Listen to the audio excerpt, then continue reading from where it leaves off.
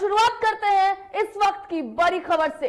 कांग्रेस आज 11:30 बजे राजभवन मार्च करने वाली है। तो बड़ी खबर इस वक्त की आपको बता रहे हैं, जहां कांग्रेस आज राजभवन मार्च करेगी, वहीं फोन टैपिंग मामले को लेकर कांग्रेस जताएगी विरोध।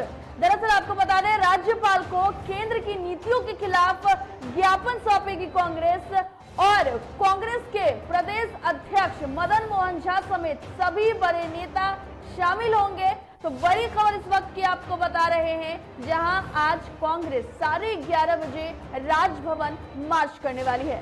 दरअसल फोन टैपिंग का मामला अब लगातार तूल पकड़ता जा रहा है और विपक्षी लगातार सरकार पर हमलावर हैं।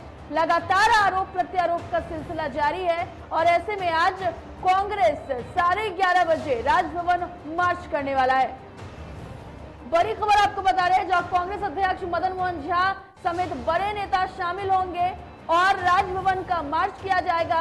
कांग्रेस 11:30 बजे मार्च करने के लिए निकलने वाली है। दरअसल फोन टैपिंग मामले को लेकर के लगातार विपक्ष अब सरकार पर हमलावर है और इसी सिलसिले में कांग्रेस भी विरोध प्रदर्शन जताएगी।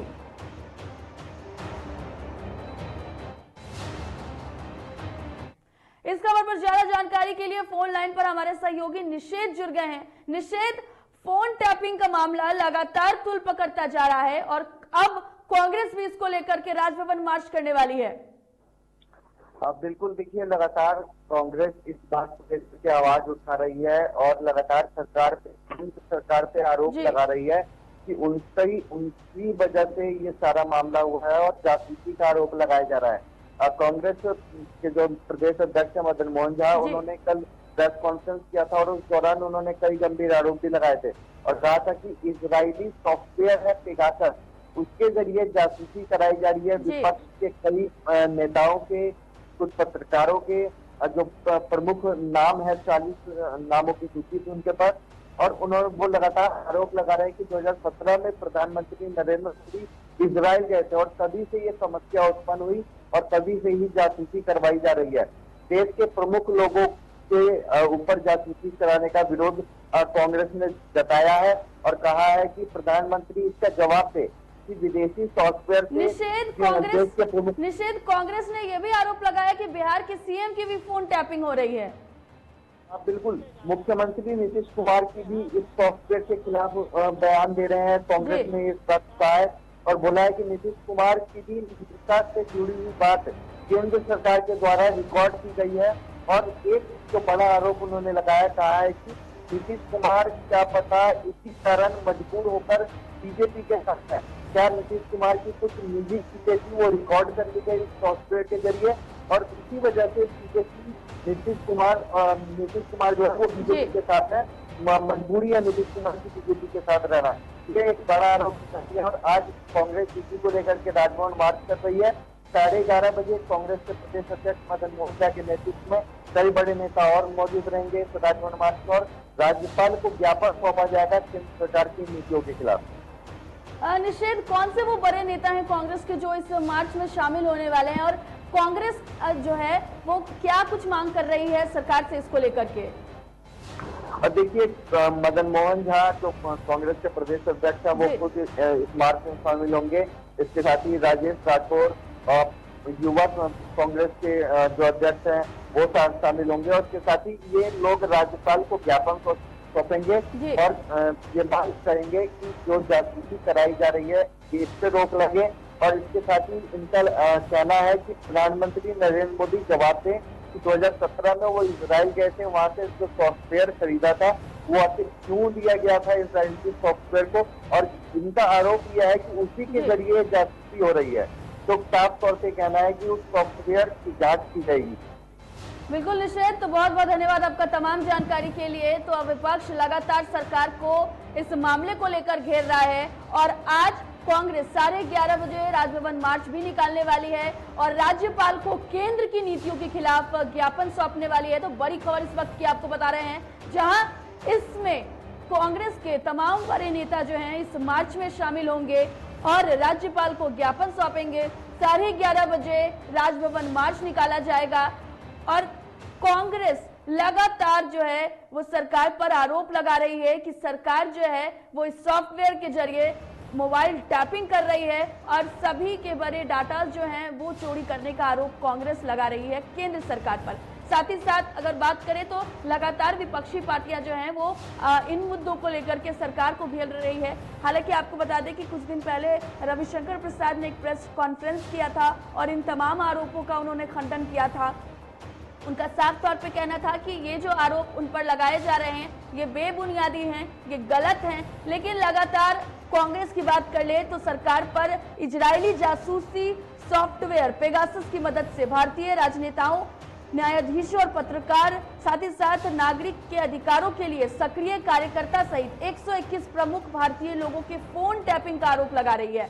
और कांग्रेस का लगातार ये कहना है कि जब पीएम मोदी इजरायल गए थे उसी वक्त जो है उन्होंने ये सॉफ्टवेयर खरीदा था और इसी के माध्यम से जो तमाम बड़े नेता कह ले, पत्रकार कह ले या कई लोगों पर फोन टैपिंग के मामले को लेकर के जासूसी का आरोप लगातार कांग्रेस सरकार पर लगा रही है।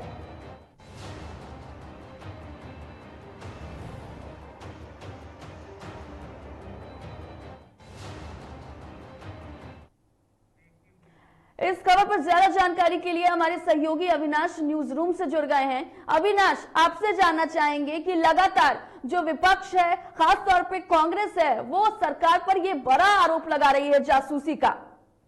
बिल्कुल, देखिए जिस तरीके से स्थितियां हैं, पेगासस मुद्दा बना हुआ है, चाहे वो बात लोकसभा की कर ले तो सदन में भी इसका मामला उठा है और विपक्ष लगातार इसको हमलावर है। और बिहार में देख लीजिए, आज कांग्रेस के प्रदेश अध्यक्ष के नेतृत्व में राजभवन मार्च निकाला जाएगा, राज्यपाल को ज्ञापन सौंपने की बात कही जा रही है। तो इसमें देखिए स्थितियां ये है, सिर्फ राहुल गांधी की बात नहीं है, सिर्फ कांग्रेस की बात नहीं है, इसमें कई और नेताओं के नाम भी शामिल हैं जिनकी फोन टैपिंग या उनके फोन को हैक करने की बातें निकलकर सामने आ रही है। जो रिपोर्ट आई है उस रिपोर्ट में यह दावा किया जा रहा है कि 2 केंद्रीय मंत्री भी इसमें शामिल हैं जिनकी फोन टैपिंग की गई, हैक किया गया और तमाम जानकारियां ली गई। देखिए पेगासस के बारे में अगर जानना चाहें हम तो पेगासस इजरायली सॉफ्टवेयर है और इसको इसी बेस पर बनाया गया है कि कैसे ये चीजों को सर्विलेंस पर ले सके, कैसे इस चीज से जासूसी की जाए। और जो कंपनी है उसका ये दावा है कि इसे इसीलिए बनाया गया है। देखिए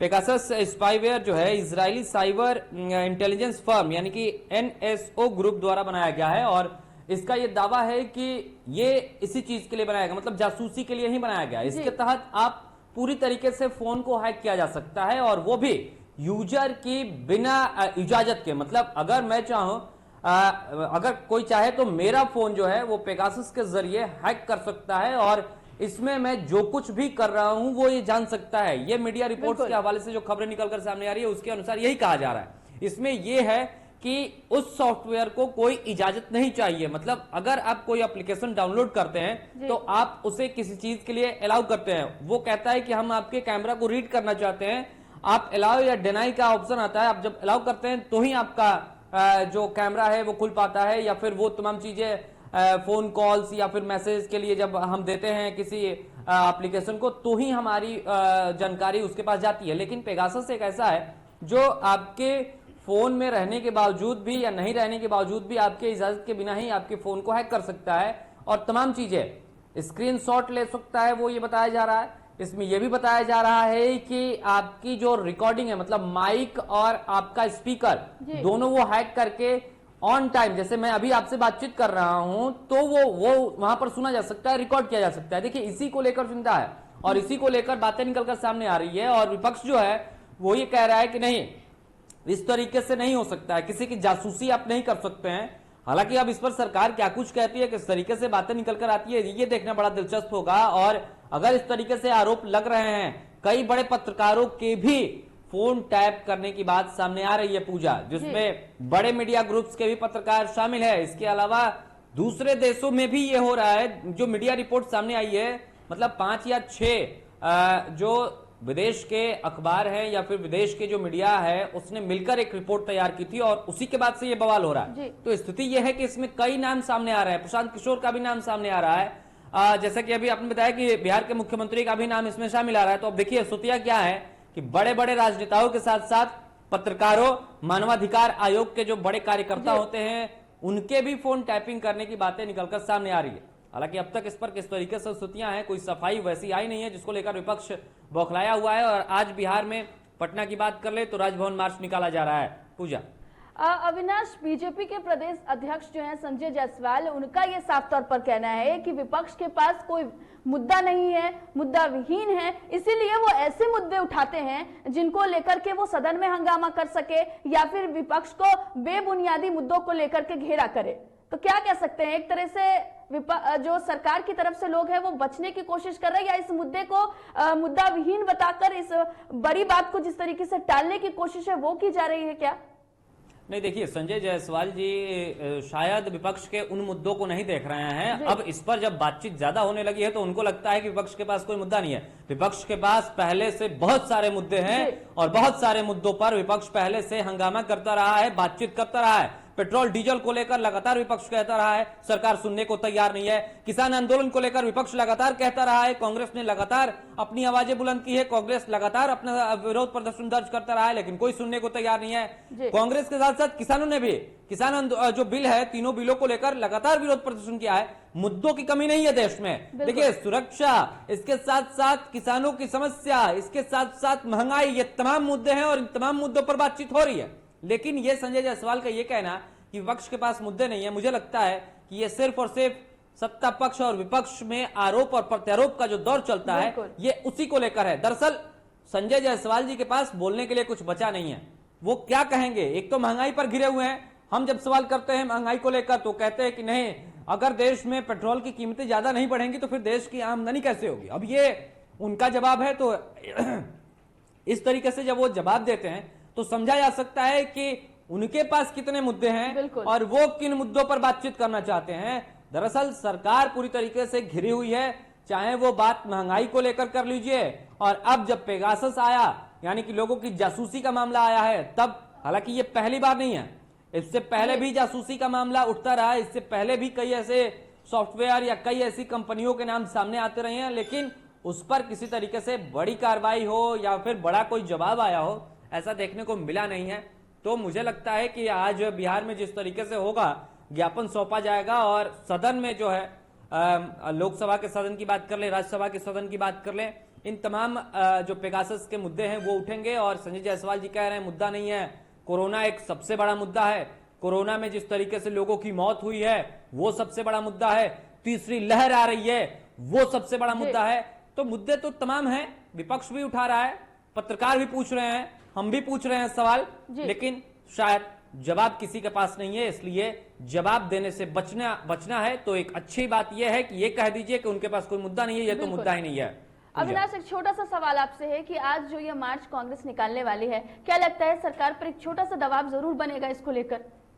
देखिए, दबाव बने या नहीं बने, विपक्ष अपनी भूमिका निभा रहा है और किसी भी लोकतांत्रिक देश की एक बहुत मतलब खूबसूरत तस्वीर ये होती है कि जब सत्ता पक्ष की तरफ से कुछ किया जाए, अगर उसमें कुछ गलती है या अगर उसमें विपक्ष को लगता है कि नहीं ये जनता के हित में नहीं है, और अगर वो इस तरीके से विरोध प्रदर्शन या फिर अपनी आवाज सरकार तक पहुंचाता है या अपने जनता के लिए खड़ा होता है, तो यही लोकतंत्र की एक खूबसूरत तस्वीर होती है। और इस पर सत्ता पक्ष को आना चाहिए सामने, जवाब देना चाहिए, जवाब देकर क्लियर करनी चाहिए चीजें कि वो है क्या, अगर पेगासस है भी तो वो भारत में है या नहीं है, इस पर जवाब देना चाहिए। इस पर ये चीजें स्पष्ट करनी चाहिए कि फोन टैपिंग अगर की भी जाएगी तो वो किसकी की जाएगी, क्या होगा क्या नहीं होगा, अगर हो रहा है तो, अगर नहीं हो रहा है तो जवाब तो सरकार को देना चाहिए कि अगर बातें उठ रही हैं तो इन बातों को कैसे विराम लगाया जाए, इस पर भी सरकार को ध्यान देना चाहिए। और मुझे लगता है कि अगर इस तरीके से कांग्रेस सामने आ रही है तो कहीं ना कहीं सरकार पर तो दबाव पड़ेगा ही, क्योंकि जनता तक आवाज पहुंचती है, लोग जानते हैं, और लोगों तक जब बातें पहुंचती है तो देखिए, पेगासस से आज कल के डेट में कोई नहीं जानता था, आज के डेट में हर चेहरे पर, हर मुंह पर देखिए पेगासस चल रहा है और लोग जानना चाह रहे हैं पेगासस है क्या, और ऐसा अगर है तो फिर किसी की फोन टैपिंग की जा सकती है, फिर कोई सुरक्षित नहीं है। कोई बात करने से पहले एक बार सोचेगा कि मैं किसी से कोई बातचीत कर रहा हूं तो वो कहीं कोई दूसरा सुन रहा होगा। तो देखिए, ये एक वर्चुअल एक तरीके से जो दुनिया आ रही है, ये कहीं ना कहीं खतरनाक हो सकती है। बिल्कुल अविनाश, बहुत बहुत धन्यवाद आपका तमाम जानकारी के लिए। तो ये बिल्कुल एक ऐसा मुद्दा है जिसको लेकर के अब लगातार सियासत जो है वो तेज हो गई है, और ऐसे में सरकार को चाहिए कि जो ये मुद्दा उठ रहा है उसको खत्म करने को लेकर के एक बुनियादी सबूत दिखाए ताकि लोगों को भी यकीन हो जाए।